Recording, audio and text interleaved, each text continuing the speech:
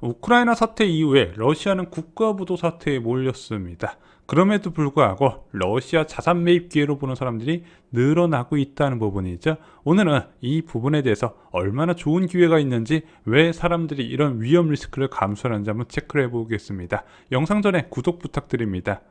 가만히 있었으면 부자가 됐을 러시아. 2014년 세일 오일 혁명 이후에 처음으로 유가가 $100를 넘어가고 이제 다시 산유국의 시대가 오나 싶었는데 갑자기 러시아에서 그 행운을 걷어차버렸습니다.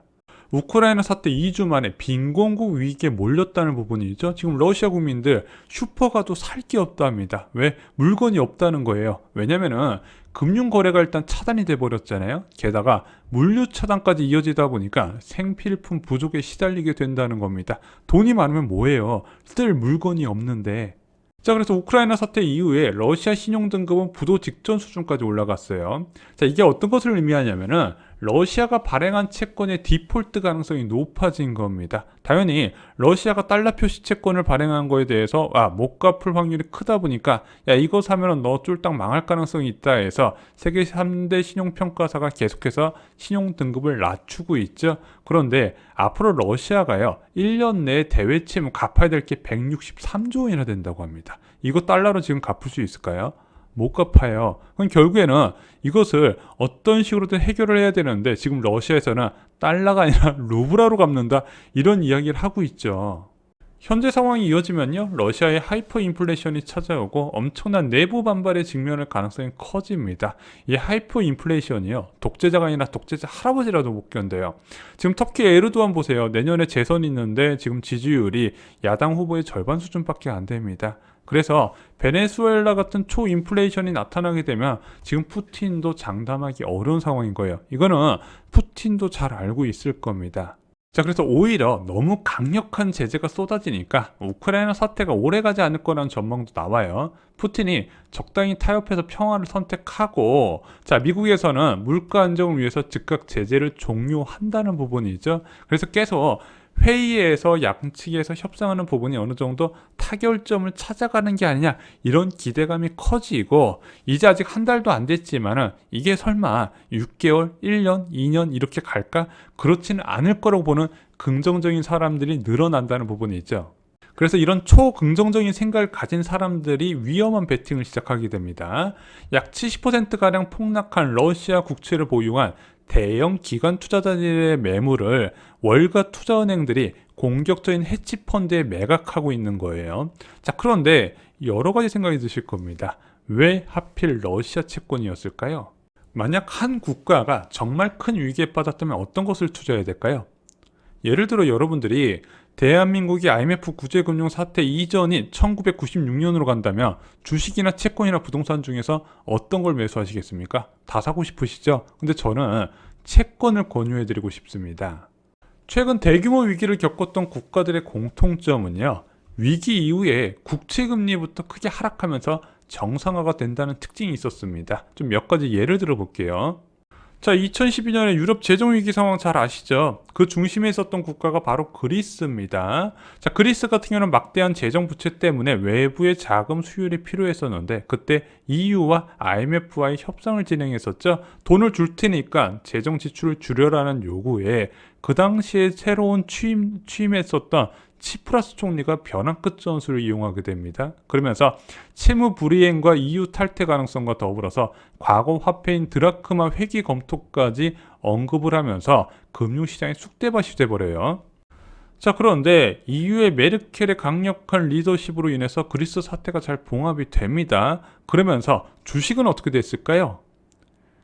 여전히 바닥 수준이에요. 재정위기 이후에 회복을 하지 못하고 있습니다. 반면에 국채 금리는 빠르게 튀었다가 정상으로 돌아왔다는 부분이죠.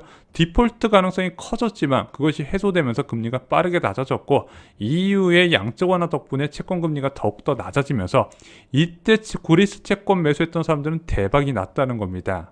2014년 러시아 크림반도 병합 사태도 동일합니다. 이 당시에 러시아가 제재를 받아서 경제가 굉장히 안 좋았는데 하필 시기가 굉장히 안 좋았어요.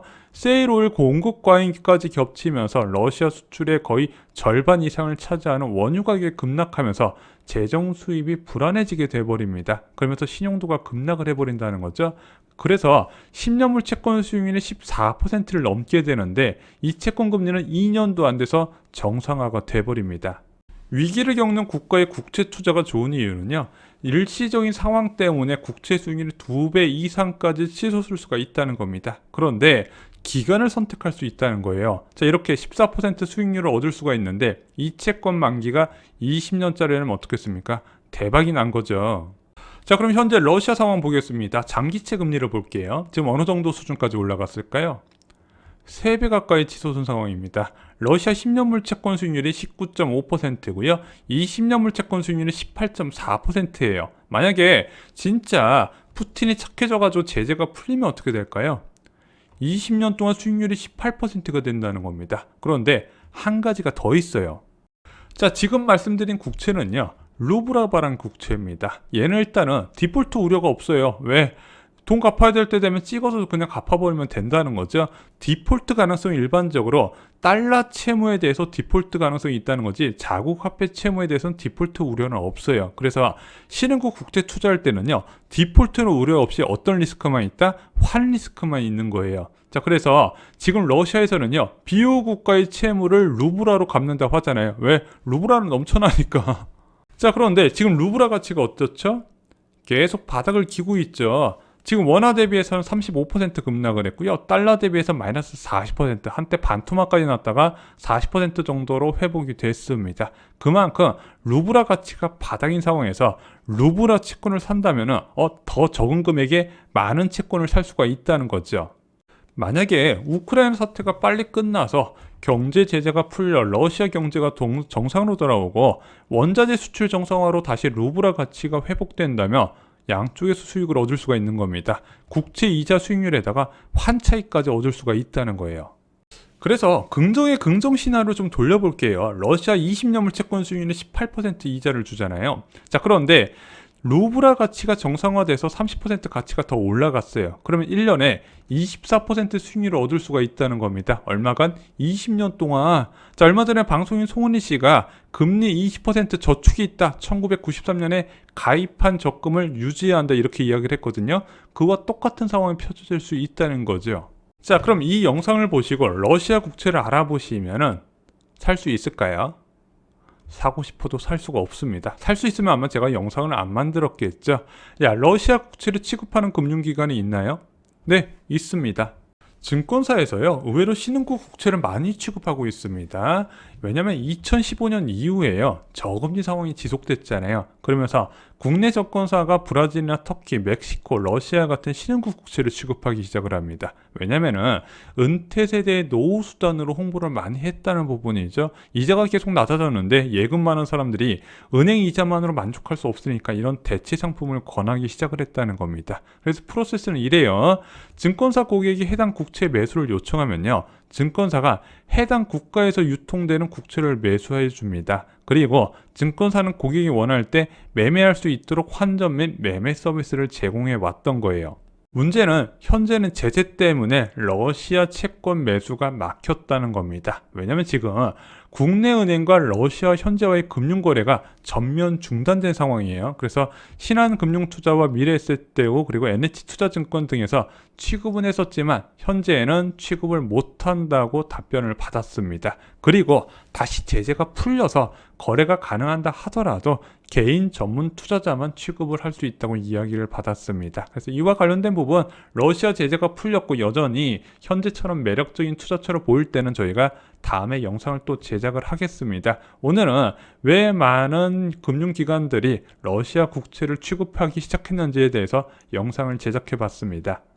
자, 지금 오일 쇼크 때문에 물가가 크게 뛸 것이고 금리도 올라가면서 더불어서 부동산 시장도 하락할 것으로 보입니다. 올해는 알 수가 없어요. 하지만 내년엔 분명하게 하락한다는 부분이죠. 자, 이 하락할 때 도움과 쇼킹 부동산 아파트 교과서가 필요하다 말씀을 드렸습니다. 지금은 책 한 권이 인생을 바꾼다는 거 잊지 마시기 바랍니다. 자, 지금 부동산 가격이 높을 때는 폭락하면 무조건 살 것 같지만 막상 폭락하면 사지 못한다 말씀드렸죠? 지금부터 대비가 필요한 겁니다. 이상으로 영상 마치겠습니다. 좋아요, 구독, 공유 꼭 부탁드립니다. 감사합니다.